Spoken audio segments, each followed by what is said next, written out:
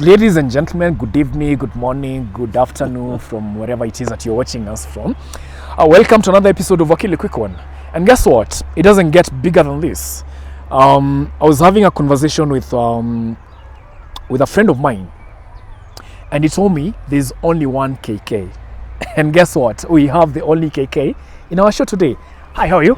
Good afternoon. I'm very well, thank you. How's it going? Well, life's good. Uh-huh. Can't complain. If you complain, you realize it could get worse. Of course, it's good because we are shooting from the Limuru Golf Club. Asante sana kwa kutualika huko. Karibu. So introduce yourself to our audience. My name is Kiragu Kimani. I am a partner at Hamilton Harrison and Mathews, part of the Dentons Global Group. And effective January this year, I have the privilege of serving the firm as the senior partner, who really is not the big boss man, but the person with the responsibility of ensuring that 120 years of phenomenal success do not go to waste. So actually, our last episode, we had a conversation with someone. He's the head of legal for Sotisol. He's called Moriasi Omambia. Okay. And we are having a conversation around the longevity. Yep. And we are looking at the country Kenya. HHM has been there even before the country, before the colony. True. So just to pick it from there is, of course, we're going to get back to a conversation. What has made you guys to be here for that long? You said 120 years. 122 to be precise. Yes. Is it 23? 121. Yeah. I'm getting ahead of myself. Well, I think, looking back, we have always had a plan. July last year, we lost probably the longest serving partner in the firm, Ken Fraser, who had the institutional memory. It was always a great joy to listen to him explaining HHM's journey from 1902 to the present. And the one thing that stands out clearly is that the firm has always had a roadmap. And we've always had a vision. We've always wanted to be the preferred provider of legal services and to be able to offer quality legal services at a good price. So the long and short of it is that over the years the firm has invested big time in ensuring that we have the right skill sets, both from a management perspective and from the lawyer's perspective. And structures, systems, processes, I think, have been our biggest foundation, our best deal. And then while people always focus on the good things, the best way to illustrate why structures and systems and processes are fundamental is to look at probably one of the saddest chapters of the firm. That is, in 1986, there was a huge split in the firm. And people thought maybe this firm's not going to survive. Well, guess what? It didn't survive. It thrived. Because there were systems, there were structures, there were processes. That's what 120 years is about. So the question is, what systems, what processes, what structures do you need to see the next 120 years? So let me ask, now you've kept my interest. What happened in that year? The split? Well, there was, it was the year before I joined the firm for my training. There was, so I speak without the benefit or advantage of knowing the nuts and bolts, but simply that there was a disagreement amongst the partners and, nothing unusual. Some people, look at it as a split between the so-called white partners in the firm and the African partners. and you know, that may on the face of it appear to have been the case, but I think there was a lot more than that. And fortunately, they agreed to go their separate ways. You know, I found myself in a very awkward position because I interviewed with the two firms that split. I interviewed for Hamilton Harrison and Mathews, and I interviewed for Ndungu Njoroge and Kwach, which was the other firm that split. I have no recollection whether Ndungu Njoroge and Kwach made me an offer. Maybe they didn't, but I was quite sure that I was going to go with Hamilton Harrison and Mathews. Huh? 35 years is a long time ago, so Yeah. I don't have all the details. Perfect. Sasa tuachane na hiyo. Yes. Tuanze na safari yako. Yes. Now, tell me, where do you grow? Where is a younger Kiragu Kimani? Where do you grow up? Where do you go to private school? Well, I grew up in an area of Nairobi called Kimathi Estate. Attended Ufafa Jericho Primary School. When I'm Islands. Yes. Can you speak this language? Yes, I can. when I speak this club, people ask me, "Hey, where did you learn this?" And I tell them, I speak the lingua.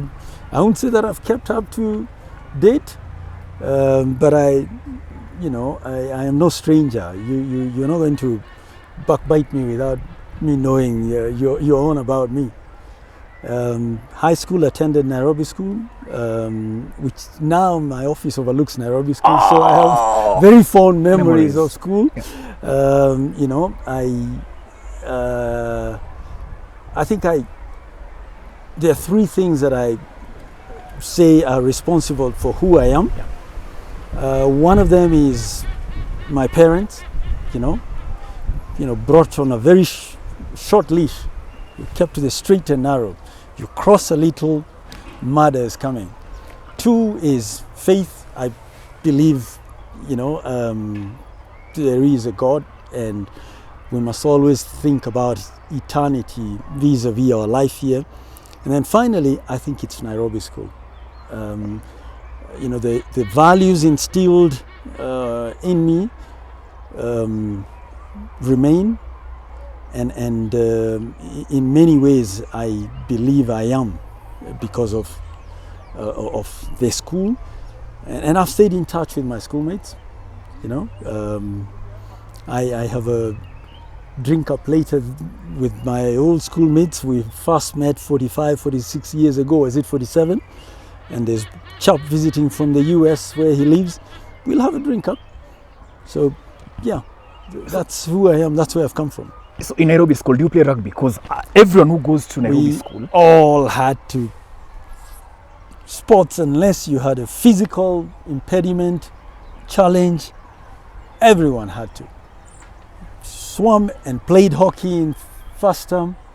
You athletics and rugby second term, and soccer. What was the second sport in the third term? I can't remember, but I think you had tennis and squash and badminton, but we all had to. The fact that you're calling it soccer, it makes me believe that you're in the right place. So at that time, how are you doing academically in terms of from primary school? Are you always the number one kid? No, I've never been fast, but I've never been last either. I've always been somewhere in the middle or somewhere in the first quarter, but I'm never going to tell anyone that I was top of my class. I mean, for subjects like specific subjects, I may have been stronger than most people. I loved literature, I loved history. I did well in geography, but it was the most boring thing I ever studied. I'm not going to use that expression, because it's when you say you're not the sharpest tool in the shed, it means you're thick. I wasn't thick. I could hold my own. Let's just put it that way. Beef yenu na changes. It was part changes, because we had Chacha Odera on the show. He was my classmate. He's a classmate? Yeah. In uni, and when the same year from high school. Oh. Yes, yes, Oh. yes. And there's this beef between patch changes. Yes. Where does it come from? Well, it's historical that I don't think when they were, for lack of a better words, all white schools, it was there, but the competitive spirit was there, in the sense that these schools were set up for, again, I'm trying to avoid words like the elite, but really the sons of the civil servants, the sons of the successful colonial, civil servants attended these schools, and from the get-go, even from the names, Lenana was a Duke of York, Nairobi School was a Prince of Wales, and we've always told them, a Duke of York is a guy who's down there. The Prince of Wales has always been, the Prince of Wales has become the King of England now. We always told them, you guys, unless we abdicate, you're never going to be kings. So it's been a healthy banter for years.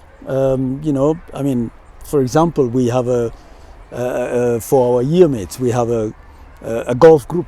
Every so often we'll arrange a grudge match, and it's very healthy.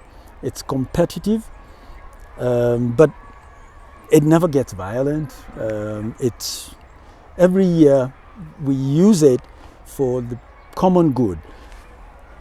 Twice a year we have a golf tournament, one arranged by them to raise money to educate students in their school who don't have the money, and once we arrange it, and so it's a mutually beneficial arrangement, and it's a lovely occasion all the time. Perfect. Now from Nairobi School, did you do in NOS before going to Yes, uni? we were the first people to serve in the National Youth Service. How was the experience? Terrible waste of time, in my view. They didn't have a plan, in my view. I think somebody had whispered to the late President Daniel Arap Moi that these guys needed discipline. So we rocked up there, and they taught us how to march. And guess what? In a week, you've learned how to march, and you're here for 3 months. It was a horrible waste of time, in my view. I think we went in assuming this is going to be something akin to what they've had in Israel, which is you have some military training. You are going to be driving heavy duty trucks, and for some of us who, for example, held driver's licenses, you turn up and you tell them, and I've got a license, when do we start driving the trucks? And they tell you, what trucks? Driving me much. Yeah, we were marching morning, noon and night, and they hadn't thought it through. And as a result, boredom is a terrible thing, because I got myself into lots of trouble there, because you go into this place, you sleep in a barrack with 75 other people in a compound that is fenced, and you have 2 people every 2 hours on guard, and you sleep with your lights on. First of all, I think it's a horrible waste of resources, both human and electricity. So I just started defying this. You put me on duty, I switch off the lights and get into bed, which got me into lots of trouble. And then you tell us to go marching, we march, we see an opening in the fence, we take a walk and go to Gilgil town and have a good time. So NOS was that all of you guys used to go to Gilgil? The ladies were in Naivasha, the men were in Gilgil. Were there bars there? Not Near there was an around where? officer's mess, but Gilgil was walking distance, the town. So over time, people found their way to Gilgil, and they realized you contain these guys far too much, you're going to burn this place. So they started turning a blind eye to sporting people there in uniform. People wouldn't even bother getting into their civilian clothes. They just go in uniform and rock up at a bar. So Is it at that moment? Is that moment where you realize that you cut for being a lawyer because of defying? Because I think this profession of ours, it's associated with state oppression and then standing against state oppression. So is that the moment you realize you want to become a lawyer? I had decided earlier I was going to either do one of two things. One, I was going to get into the performing arts. I was going to act. Oh. Yeah. Or I was going to practice. I was going to become a lawyer, right from high school. I mean, if I don't like something, but I am made to do it, I'm a difficult human being to deal with. Let's be clear. So I think I was in fourth form when physics was a compulsory subject. I thought it was a terrible waste of time. We would go, and I think we were doing some experiment with a ticker tape or something, some little car you push, and then I was messing around, and my physics teacher, who was one of the people who went on to found the Braben schools, Terry Charles, who I think 25 years later I met as a client, and he was telling me, I think I've seen you somewhere. So, yeah, you threw me out of your class. But he sent me to the deputy headmaster for disciplining, and the deputy headmaster asked him, why aren't you focused? And I told him, I don't like the subject. It's not going to do anything in my life. I'm going to study law, and I don't need it. And he told me, well, it's all very well to be clear on what you want to do, but if you don't take the exam, you're not going to come back to this school for A-levels. And I told him, well, I'll take the exam, but I'll sit there. And I did.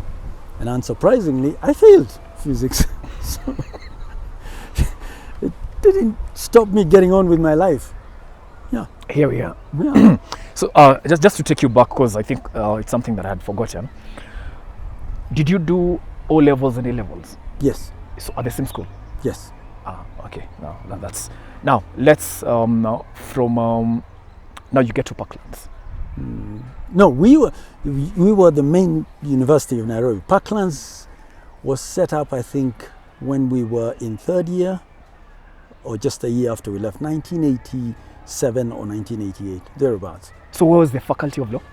Right in the Gandhi Memorial Wing. You know where Taifa Hall is? Yes. Just right in there was a Faculty of Law. That whole building was a Faculty of Law and Commerce, I think. Small classes back then.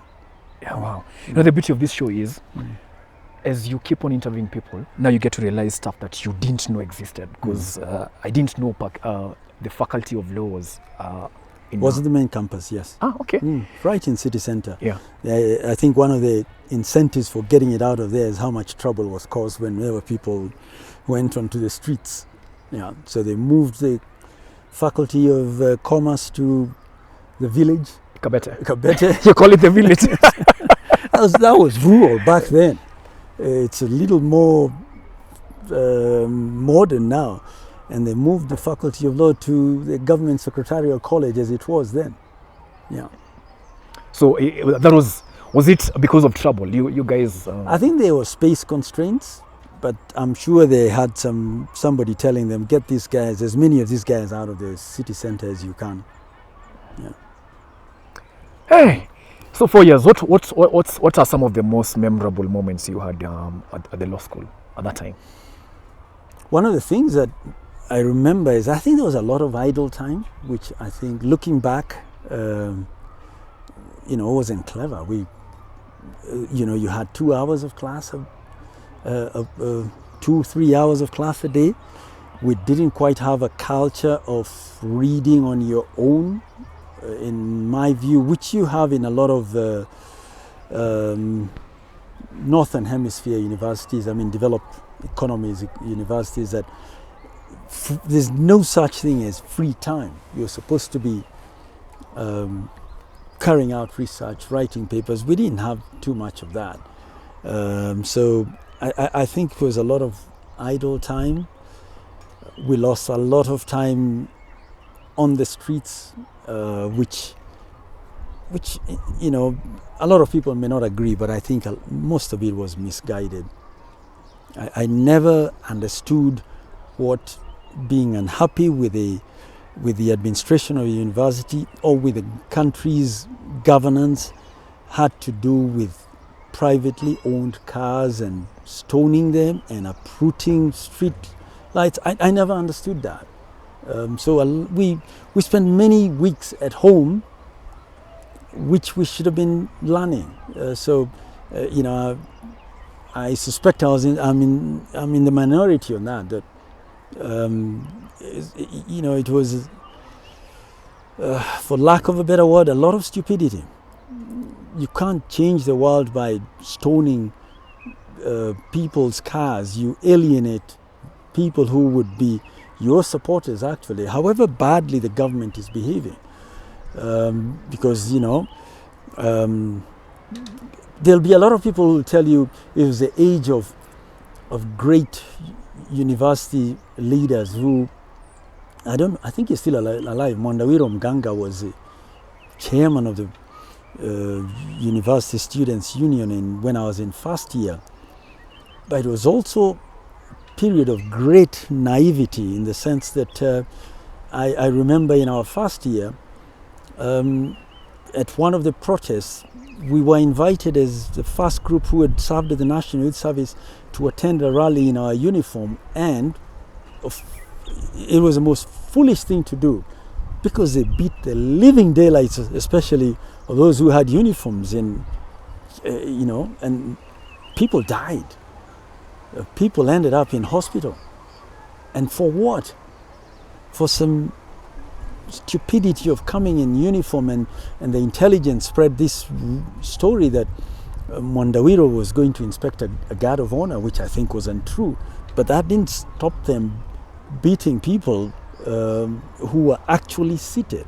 But you know, those are the main things. Of course, there were happy times. We had a very active theater, you know, with people like the late Waigwa Washira, the late chap called Paddy Openda. Tom Shindu was, the journalist, was quite actively involved in that. There were people, there's a gentleman who was not at the university at the time, Wakanyote Njoguna, was very involved. But the reality is that there was a very vibrant theater scene, which was one of the bright sparks. You had people, you know, I suspect there was a play written by some South Africans who were in exile in Kenya, called Gold Widows. I think Gold Widows had their premiere both at the University of Nairobi, and I may be wrong, somewhere in the US or the UK. That's how lively the theatre scene was. So that was a bright, you know, side of university, and there were some pretty good teachers too, who, you know, made their mark on the global scene. Yeah. So what I'm gathering from here, and I could be mistaken. If I am, you can correct me. There's this age of advocates, especially some of the most well-known and accomplished advocates. They have a thing for theatre. I remember Professor Githu Muigai, when he was giving his Engage speech. He talked about how he was doing shows with Phoenix. Yeah. We hosted Philip Coulson. Yes. Again, your generation, again, deep into the arts. I co-host a radio show at Capital FM. Okay. And one of my producer is called Charles Kiaria.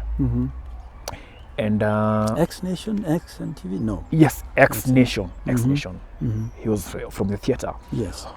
And he also told me about, again, someone we had discussed about, Mugambi Nandi, deep into the arts. Yes. Again, the former Attorney General, Kariuki Kihara, deep into the arts. So, I'm just curious, what is it with arts and that generation of advocates? I think there was a lot of reading of outside the law, literature. and inevitably that led to people, there was a lot of involvement. I remember as a university student, the predecessor to the Phoenix, the Donovan Mall Theatre was a predecessor. And when they had their falling out and Phoenix Theatre rose like the phoenix from the ashes, I was a card holding member of the Phoenix Theatre, as were many other people. We got discounted rates for watching. The Goethe Institute had a lot of plays. You went to watch people like John C.B. Okumu, and another play that really did the rounds. It was launched at the Goethe Institute, but I think it came to University of Nairobi, was Albert, a South African offering, which was... So we read a lot outside the law, and there was theatre everywhere. There was open mic poetry sessions everywhere where you were encouraged to go out and perform your own stuff. So, not surprisingly, many people got involved in this. You watch these guys all this time and you say, well, I can try my hand at this. So, and it was a very good way of living a balanced and healthy life. I may be wrong, but today I suspect if you're not at the bar which we practice, you are at another bar where you are lifting weights. Yeah. Or excuse me, at some kesha where you're jumping up and down and keeping everybody awake. So anyway, I just know that theatre, that's where you guys got babes. But what does theatre, what does art, creative arts do to a mind in terms of opening your world to possibilities that are there, especially practicing? They have certain similarities. For me, especially as a court lawyer, in theatre, you are being asked to get into your character. Okay, you may be a teetotaler being asked to play a drunk. You have to get into that character. You have to leave it. You have to read up. If you're going to do it well, you have to study. What is typical about drunk? Okay, so what are you doing? You're getting into somebody else's life. What am I doing as a court lawyer? I am taking my clients' words. I come and I tell them, you tell me everything. And you start by telling me, I did hit that guy on the head. If you're a criminal lawyer, I hit him on the head, and he died, but I didn't intend to hit him. So I'm not going to tell you to lie, but I'm going to tell you, let's rearrange your words to get you the best possible result here. So before you got to the hitting part, you say you didn't intend to. What got you there? Oh, well, he insulted me. He spat in my face. So the similarities are that I, as a court lawyer, I take your words, I repackage them. I do not introduce my own words. I may use substitute words, but I do not invent your story. I tell your story as efficiently and as clearly as I can. If the best I can do for you is to get you convicted for manslaughter, which means a jail term, and not murder, which, well, the death sentence they say is unconstitutional now, but you may serve life imprisonment. But I get you the best possible result with your facts. So there's a lot of common things in common. Good play, okay, not the American extreme where there's a lot of drama, which is one of the reasons why, for me, virtual court is beautiful. We've taken a lot of the drama away. If people would not be addressing in physical court, there'd be a lot of people, the judge is there, but they're facing the gallery. They're acting. That's been taken out by the screen because we're all on our little screens, and then nobody cares. You can't turn around to face the crowd. They're not there. So hata turudi sasa nyuma. Now you're done with the university. Yep. Do you get during your time, was there Kenya School of Law? Yes.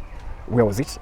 Right up to just before, opposite the Dental Valley Road Church. Yes. What is it now? The Dental School, yes. Yes. Yeah. That was where it was. How was the experience? Because Chacha told me you guys were paid to school. Yes. It was a similar experience. Yes. We were in the same class. We were paid. So you guys were paid to go to Kenya School of Law? Yep. We got an allowance from the government. Damn, you Yeah, guys we were got an allowance. lucky. It was, I don't remember the Kenya School of Law one being alone, but uni was alone. And if you didn't pay back, they caught up with you. They caught up with some people 20, 25 years later. Fortunately for me, we've always, as a firm, tried to do everything according to the law. I think from my first pay slip, I was paying back my loan, because I owed the government money. When you look back, it's almost funny because I think my first pay slip must have been something like 3,300, and I think they were deducting something like 67 bob or something outrageous like that. So when you look back, it looks like a pittance, but I led a pretty damn good life on 3,300. Life was good. There's a bowling in Nairobi. Yeah. I think this law school was, we didn't pay back, but and we got to go to back to school for lunch, which I think was a 3-course meal: soup, main course, and dessert. You guys have had it. It's hardly 35 years ago. I mean, it's a pity that this country has, gone that far down. If that was being offered, it should be offered today, even if you pay for it. And did you get 9Ps? Because now every now and then we see students complaining about either getting 9Ps or the lack of 9Ps. Did you get 9Ps? What the hell is a 9P? You you don't even know what 9Ps. You pass all of them? Yeah, all of them. Yes, although what we had an option of doing, we had an option of taking the exams, some of the exams before you actually started classes. And some people took them. Before you start classes, you've already started going to the law firm. Okay? And if you didn't want, I don't think we had 9 units. I can't remember how many there were. There may have been fewer. But so some people would say there are things that you may have studied at the uni which you're doing again. So why wait for the classes? Take it and you'll have fewer classes. All right? I remember signing up for family law, which I hadn't studied at university because other people signed up, and I flunked that one. But when we went to class and whatever, I went through all of them. So now that you're done with Kenya School of Law, pupillage, where did you do your pupillage? Hamilton Harrison and Mathews. For you, it's always been HHM. Yep. And every time I've been asked by anyone, have you ever thought of moving anywhere else? I've always asked them, if you're making an offer, make an offer and I'll think about it. But don't ask me, why have you stayed in the same place? Nobody has made me a better offer.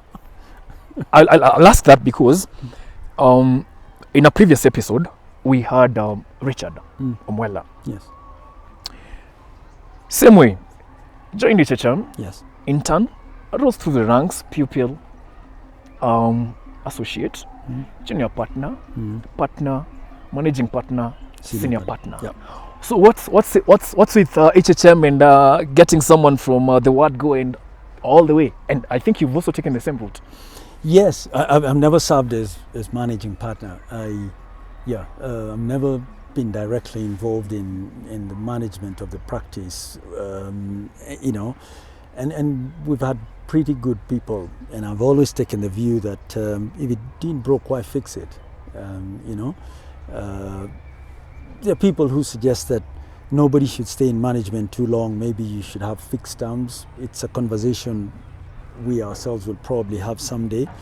But I, for one, have always said, if it's working, let it be. But we've taken, great pride in developing our own talent. I suspect 60% of our partners train with us. It used to be, it would get as high as 80%. So I suspect what we've always tried to do is to grow our own people and as necessary, import talent from elsewhere. And one of the ways we try to do that is to catch people very early. We've always tried to bring people in as interns when you're at the university level. We look at you, you look at us. If we think there's promise, we encourage you to apply for pupillage when you're about done with uni. And I suspect, and I may be off the mark here, we've got one of the most involving interview process, in the sense, not in the sense of anything scientific. We don't have any aptitude tests. We don't take any written tests. We've been there with that in the past and have decided the best thing to do is to just have a minimum standard. You've been to university, you've got decent grades, and we look out for other skills. You speak other languages. You're interested in theater. You're interested in a book club. You're interested in sports. You run a business. You've set up your own business. We look for these little things, and from the get-go, why I say it's one of the most involving is that I think 60-70% of the partners are involved in the process. In many other places, you have 1 or 2 or 3 partners. And we also bring a fair number of our associates to interact with the candidates, because we want the best possible people. Once you come through the door, we want to give you the opportunity to grow. And inevitably, we lose people along the way.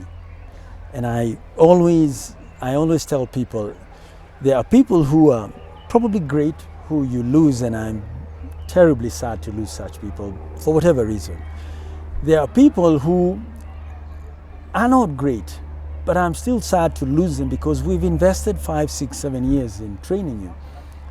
Even if it wasn't working out, I always say we've missed the boat. There are people who I'm happy to lose, but I'm still sad that I'm losing them, because it means I may have been wrong in my recruitment, I may have been wrong in the training. But we start the journey, and you can ask any of our youngsters from the interview stage when they ask you, what's your policy? If we are 20, how many are you going to retain? And the answer is, as many as impresses, which is the truth. We've had years when we've had as many as 10, 12 out of 20 people who stay. And how many are going to be with us in 5 years? We always tell them it's up to you. You force us to keep you, because we've always taken the view that it's not a question of whether we have a vacancy. It's has this person got the right skill set, and are they a good fit? If they are a good fit, we'll make the room for you. We'll go and look for the work to keep you busy. Yeah. Tell us about your role as a senior partner now. I recognize that the firm's thrived, has not just survived, and it's done that because, as I said, of systems, structures, processes, and the focus on its most important resource, the lawyers. We've really focused on that. So the way I see it, is that my job is to look at the next 100, 120 years. And obviously I'm not going to be there, but I know I'm in partnership with people who are definitely going to be there for the next 25, 30 years, because we've got some relatively young partners. So, you know, every business has got to have a plan, a growth plan, not just to sustain what you have, but a growth plan. And for me, what I look at is I am tasked with the responsibility of charting the way forward. And let's be clear, it's not my job to come up with a plan. It's my job to facilitate the process. And there are two things that you always have to be on the lookout for. What are going to be the geopolitical forces, you know, what's on the market. And the big thing now, apart from the geopolitical, technological changes that are going to happen. So the conversation that I have to ensure continues to happen at the farm is always looking at these two things and coming up with a strategic plan, next 5, the next 10, the next 15, the next 25 years, 50, 100, 120. So I see myself as just a facilitator and a person who's going to help in building on what we already have. We've got a good client base. We've got good human resource base, both the lawyers and the non-lawyers. We've got good facilities, you know, the technology, keeping abreast of what's happening out there. All of these things are what make the practice successful. If we lag behind on any one of these, there's going to be a huge price to pay, and that's the buck stops with me, so to speak. I am responsible. If we have high turnover of lawyers all of a sudden, and we keep, you know, these are things we discuss on a monthly basis. What is the status of our non-partner lawyers? You know, what's our talent pool now? What's their profile? How many guys are 1 to 5 year qualification, post-qualification experience? How many guys are 5 to 10 years? How many guys should be knocking at the door to make partner? Okay, how many people should we be considering whether a frank conversation should be had with them? There's no future. So these are things that, you know, I am tasked with ensuring that we continue the journey of having frank conversations about this practice. And this practice is a business. First and foremost, we are lawyers, but we are lawyers in business. And to ensure, you know, also, I am the custodian of the brand. In my view, that's the way I look at it. That if the brand takes a bashing for whatever reason, we get any bad press, then it's part of my job to lead the process of fixing the brand. If we get good press, it's again part of my job to ensure that those who have made it possible, whether they are partners or associates or the support staff, get their due credit. So, you know, I don't see myself as being anybody's boss. I'm not anybody's boss. I see myself as being asked to ensure that what has been built over the years grows, doesn't shrink. And we've had remarkable, you know, people manage this practice, I have to say. Now, you've talked about the client base. You guys have a huge one, because I remember I was having a conversation with someone and they told me KPLC, the people who registered KPLC in Kenya, Yeah. it's HHM, Yeah. which is hundreds of years ago. Now, as KK, you've transitioned. I've seen you act for Uhuru Kenyatta. I've also seen you act for William Ruto. Now, because this is a mentorship show, Yeah. what should you tell a young person in terms of acquiring a client? What are some of the things that they need to be good on to get a good client? Okay, first I think you've got to look at what are your skill sets and ask yourself, what am I good at? Okay? And then what's out there? What's available? And then what's the plan for accessing that which is available out there? You know, and you know, for lack of a better word, let's say, how do I access that fruit? And you know, the marketplace has changed big time from when I started off. You could always count on attracting clients if you did a good job. Okay, I have never known my late partner, Ken Fraser, to go out to cocktails to look for clients. They came to him, and as long as I was at the farm, he was always overwhelmed.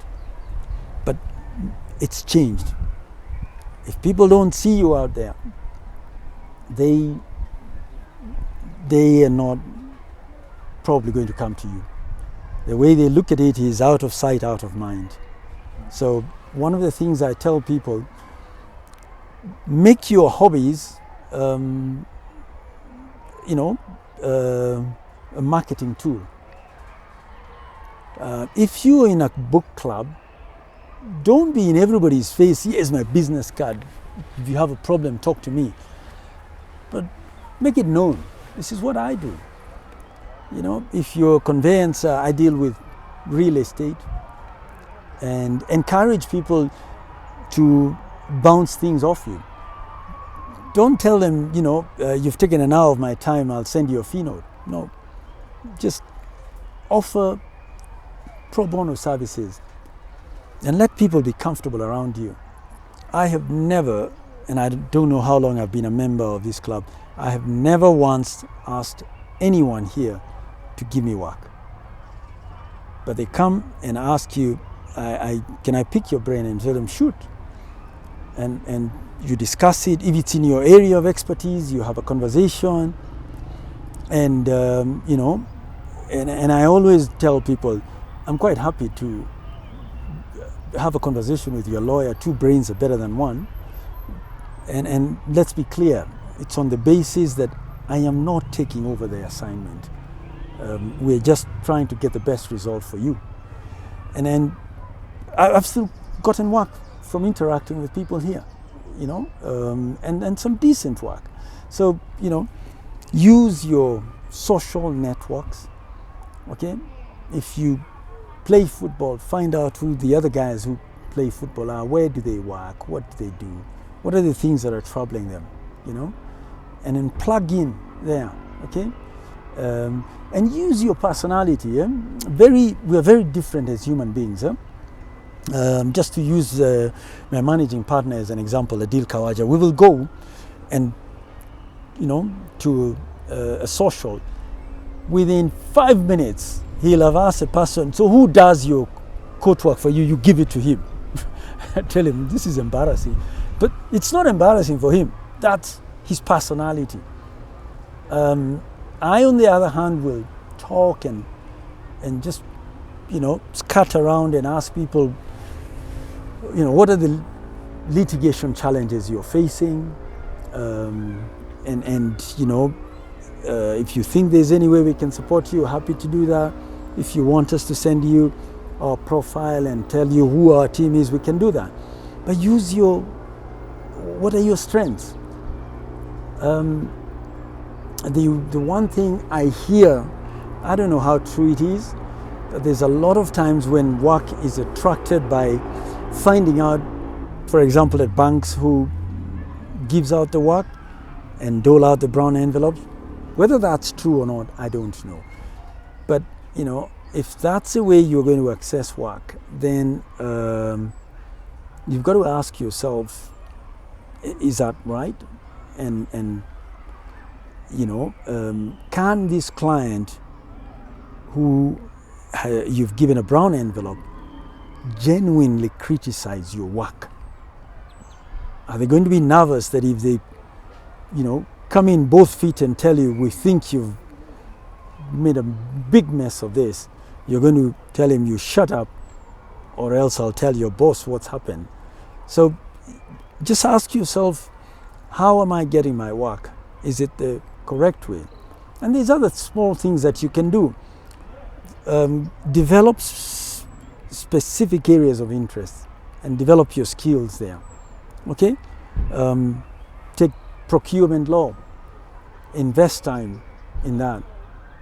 Write articles about it, short articles, so that, you know, in the age of the internet, if people decide they want to Google you, or they want to Google a particular subject, your name will keep popping up.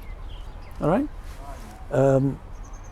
You mentioned, you know, getting involved in the last two presidential election petitions. Those two candidates were not my clients directly. I was hired by the lawyer they hired. So all you do is, you know, and I tell people, never, I didn't meet these guys to instruct me. I met the guy they hired.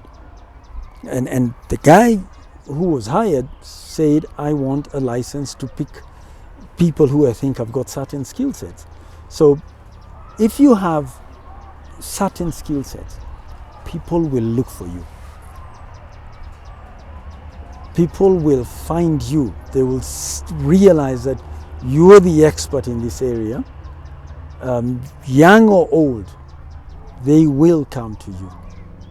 It may take a little longer when you're younger and your brand is not as well established, but keep doing what you're doing to make yourself the expert in the area, and you will get the work. Perfect. Let me take you to a somehow uncomfortable conversation. Or not so long ago, your firm merged with Oraro. Yes. And the merger didn't work. Yes. Right? And these are two huge ships. Yes. So what do you think about what was some of the challenges and how did you guys navigate? Because after that you guys had, I wouldn't want to call it a merger with Dentons. You had a conversation that led to a beautiful and a bigger ship. So what was some of the lessons that you learned from Oraro that led you to shipping the ship in a different direction? Yeah. Well, I think first and foremost, I don't think it's an uncomfortable conversation for me, because I think both firms walked away better than they were when we went into this merger. Why didn't it work? I feel we would have spent a little more time getting to learn more about each other. Every firm has its own culture, and you know, never underestimate the importance of the culture of an organization. You have people who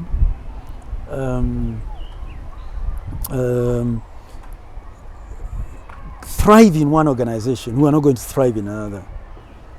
And I never really spent a lot of time, you know, let me digress for one moment, to understand what the dynamics behind one of the largest players in the consulting, you know, audit firms. Arthur Andersen collapsed many years ago. Everybody said that they were the most aggressive player in that market. I don't know whether that's true, but that was their culture. Pricewaterhouse and Coopers and Librand were two different people who over time got together to make PwC.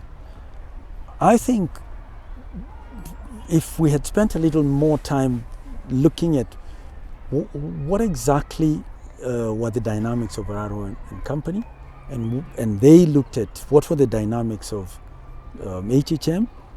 We would probably still be together. But having said that, you know, and it became, for some people, it became a joke. This marriage was all of 6 months. I'll tell you this. First and foremost, it's a huge credit that both sides recognize. It's going to be a rough road ahead if we don't go our separate ways. So what did we do? On a Friday, a decision was taken, let's go our separate ways.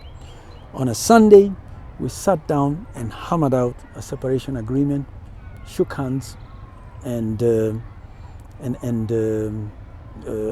were done. To close up, we didn't sign up on that separation agreement on that Sunday. We had, I think, 2 meetings the following week to close up. On one of those meetings, there were virtual meetings. I was coming from court and I realized I couldn't walk down to ICA building where we were. And I went into Raro's offices. We were negotiating. I was in their boardroom. We were negotiating with our people. That's how comfortable it was. And when they needed to have their conversation, I stepped out. So the relationship has continued, in my view. If I have an issue, for example, and I need legal representation, they always say, you can't represent yourself. I'll go to Chacha Odera and tell him I've got a problem. So at the end of the day, they brought certain strengths to us. They left certain qualities which I value, and I think we gave them certain values which they've taken them to the next level. Some of the things we picked up from them have taken us to the next level. For me, I've always said, for example, I go to work, I finish my work, I go out. The Raro people farm had they did a bit of social and practice, and I thought that's actually a good thing. So from time to time we'll arrange our own socials. We picked that up from there. You can't put a value to that. It doesn't bring fees. We spend money doing this, but it makes me connect with our teams. So all said and done, do I have any regrets? The only regret I have is that it didn't work. Do I look back in anger? I don't. I think both farms are in a better place because we had the 6 months union. Perfect.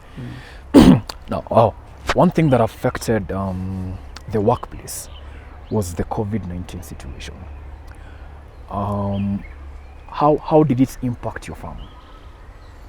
And what are some of the lessons that you learned from COVID? For me,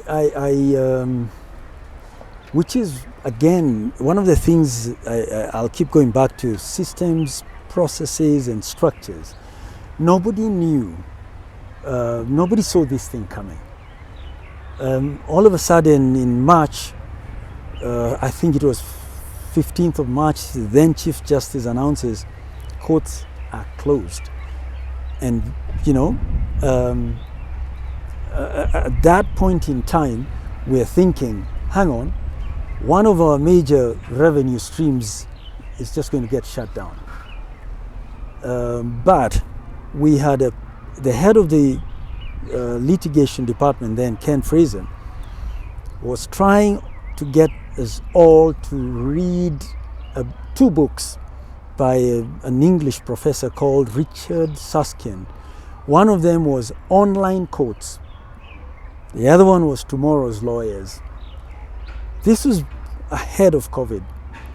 And so as soon as they shut down the courts and they announced that we were going to have online codes. We worked very quickly off the blocks to ensure that our systems were, up to par, and that everybody could access the codes from wherever you were working. Because first things get people away from the office, okay? It made it clear that you don't have to be in a specific space to work. Yeah? You can work from anywhere. You can get a lot of redundant time reclaimed. And what do I mean? For a lot of people, you take anything between an hour and 2 hours commuting. You can take that out with working, on the virtual platform. Okay.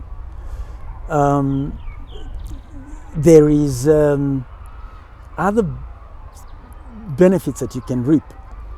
I've always scoffed at the idea of I'm a morning person, I'm an evening person, I'm a night owl, because I've always said you work the time your boss asks you to work. But I got to learn in the COVID period, there were actually some guys who were seriously night owls. They were super productive when, they had the space. You got documents that were done very well at 3 a.m. And you started realizing then, no wonder this guy was always struggling to get in on time in the morning because they hardly sleep. So, you discover other capabilities. So, it was, in that sense, it was a great thing. One of the first things that the partners did, and this was the second time we've ever done it, when we had the post-election clashes in 2007, 2008, as soon as it became clear the country may burn, the partners got together and asked, what is it that we can do? We can't predict this. And we said, our most important resource is our people. The partners said, if this country burns, what we have to do is we have to find out what can we do to cushion our people. And the firm was prepared to pay people what the law says you are entitled to as your compensation for losing your job, because we had no idea where the country was going. That was repeated when COVID started. Again, the partners said, listen, this could destroy the economy. Before that comes to pass, pay people off. Find the money, get people comfortable. Fortunately, on both occasions, it didn't come to that. So systems, structures, processes have been a major growth and sustenance factor. Even from when the firm split in 1986. The downside of the COVID period for me was discovered, there were people who really were not productive because they hid behind others. When you work in teams, unfortunately, unlike the developed countries, people are not embarrassed to say, hang on, you're not pulling your weight. Here, I've seen people, leave the farm because they had a drink problem, for example. And you ask their workmates, didn't you guys know this was happening? It says, oh no, you don't want to snitch on people. And I say, it's not snitching on people. It's holding everyone accountable. If one person fails, all of us are likely to fail. So we discovered, yes, there was a fair number of people who were not really pulling their weight. And, as a consequence, we actually, and some of the larger law firms kept people working offsite longer. We brought them in earlier because we needed to manage our most important resource. I think, in fairness, a good number of the guys who were not pulling their weight, and it helped again change our processes, which is you're personally accountable. You may be a member of a team, but listen, hey, you plug in this space, that this is what my tasks are, and these are the timelines. You don't do them, well, we're going to have a different conversation. So, the downside was the disappointment of discovering a lot of people who, not a lot of people, I wouldn't say they were the majority, but there was a fair number of people who just, I've always told people, as a professional, nobody should be looking over your shoulder. Nobody should keep asking you, what did you do yesterday? I tell all my young lawyers, I am accountable to my partners for every hour that I come in, and my secretary manages me. I have to have a to-do list. If she doesn't see one, she's going to say, you don't have a plan, you're not accounting for your time. And if I can't account for a day, then our HR manager is going to dock me a day. I'm going to tell them, sorry, I just did not check in today mentally. It comes off my leave. So that was our COVID experience. So we're just coming to the tail end of the conversation. Now, in your firm, you have Adil Kawaja as a partner. Yep. You also have Sigei Yeah. as a partner. You have a good friend of mine called Kevin Opera Yes. as an associate. And you have a younger, I think someone who's doing her pupillage. It's called Maeve. Yes. So those are different generations of people. Yep. And the biggest one of the biggest ongoing conversations now around the workplace is mental health. How you guys dealing with it across all those different generations? One of the things that we are consistently having a conversation about. Interesting, you should mention that. Actually, I was running late because we had a doctor speaking about. Remind me, it was about health, wellness, and I was running out just about the time he was talking about anxiety and stress at the workplace and managing these things. One of the things that we are increasingly trying to encourage people to do is talk. Find someone to talk to. And at this stage of my career, for example, I don't think I should be 100% involved in the training of pupils and whatever, but I am. Not because my partners asked me to, but because I think I can make a difference, and I think people can, watch and learn from what I do, including my mistakes. So, to come back to your question is, I keep hoping that, if you're facing a challenge, and I think I've always cherished the HR manager we have. She has her networks. She has a way of getting people to speak to her, and once or twice she's, if it's a member of my team, she's whispered, you've got somebody who is facing certain challenges, you need to address them, whether it's a mental health issue or we've had alcohol dependency issues. Like any organization, you're going to have these challenges. So maybe there's room for a more structured way, because some people may not speak, and we are not averse to suggestions as to what we can do. I had an hour-long meeting with the pupils who are in the litigation team, and again the message was, listen, if I'm your immediate supervisor and you, for any reason, you can't talk to me, find somebody who you can talk to tell there is a problem. If it has to be done anonymously, by all means do it, because there's things that we are not going to condone. We are not going to condone bullying in any shape or sense. We're not going to condone any kind of sexual harassment.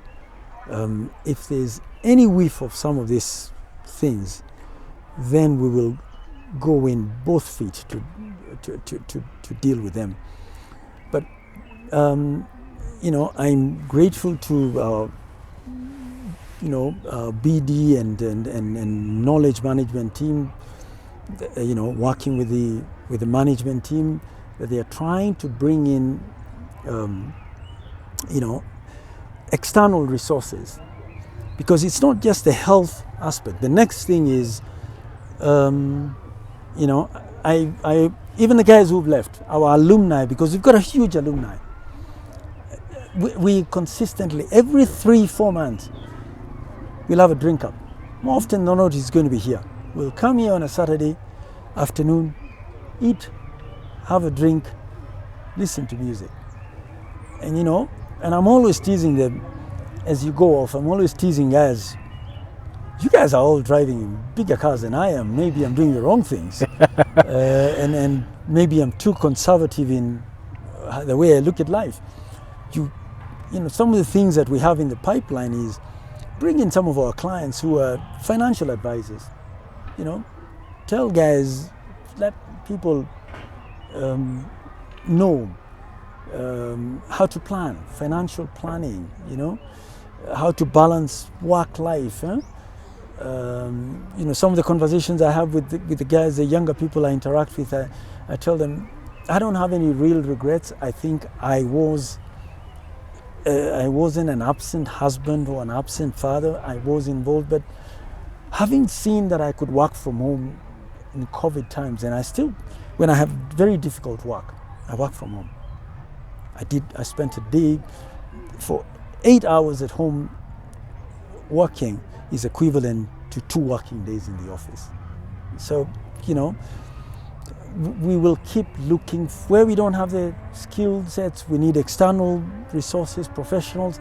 We'll have to keep doing this, because if I always can't keep the number in my head, but for argument's sake, if I have 60 lawyers and every month 10 of them are off sick, my goodness, the cost to the business is colossal.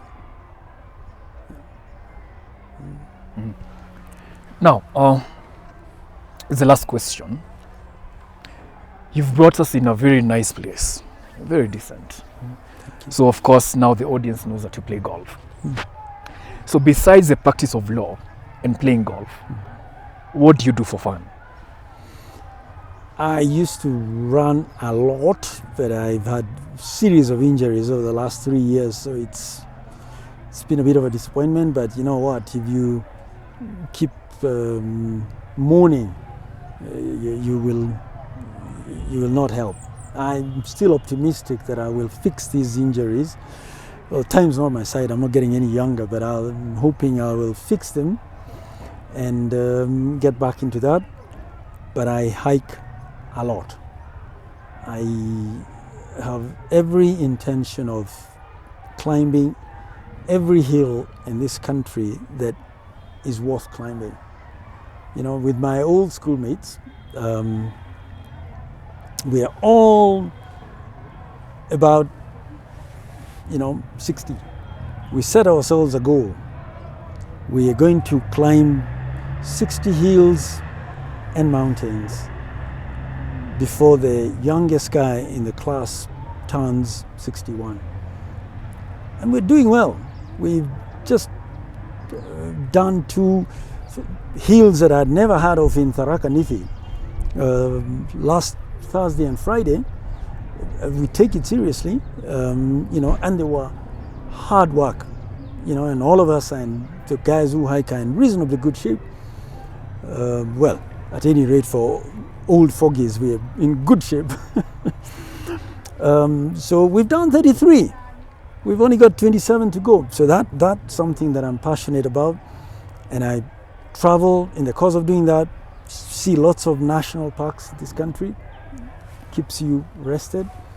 I enjoy a good swim, and Well, if you ask some of the good golfers whether I actually play golf, they'll tell you this guy's not a golfer, he's a hacker. Hacker are the guys who just come and make a mess of everything. But I'll tell you what, nobody has greater fun on the golf course than I do. So, you know, and I'm trying to get back into a habit that I lost, which was reading classic literature. It improves your language, and language is very key part of your of my work. That I have to. You can't just replicate what the other guys have said. Tell it differently. Any 10 guys can say the test for this is 1, 2, 3, but you have to be the different one who you know, arranges. I tell people my job is to rearrange words. That's what it is. So find your hobby. If you don't have any hobbies, you'll die. Yeah. I don't enjoy golf much, but I enjoy the 19th hole. If you know, you know. Well, so do I have to say. I enjoy that. It's a good place. Yeah. Tumemaliza. So what you're going to do, look at that camera, yeah, and say Wakili, a quick one. Wakili, a quick one. Thank you. Oh, Thank you. Something else. Yeah. We normally sign this shirt. I'm so sure you will identify some signatures from some of the people at your law firm. You can just sign anywhere. Anywhere? Here's a pen. Yes. All right. Anywhere. Yes. Oh dear. Which one can you identify? Let's see where Richard's signature is. That's Aro. Yes. That's Chacha's. That's Chacha. Yeah. Oh, hey, you. Yeah. Yes. That's Arthur Igeri. Yes, that's Arthur. So I read. You school with Arthur? Arthur was 2 years behind me in school. Ah, Yes. okay. All Arthur was 2 years behind me in school. Ah. My squiggle is the easiest to forge and is Yeah. easily recognizable. Ah, sawa sawa. Asante sana. Thank You're you for welcome. having us. Yeah.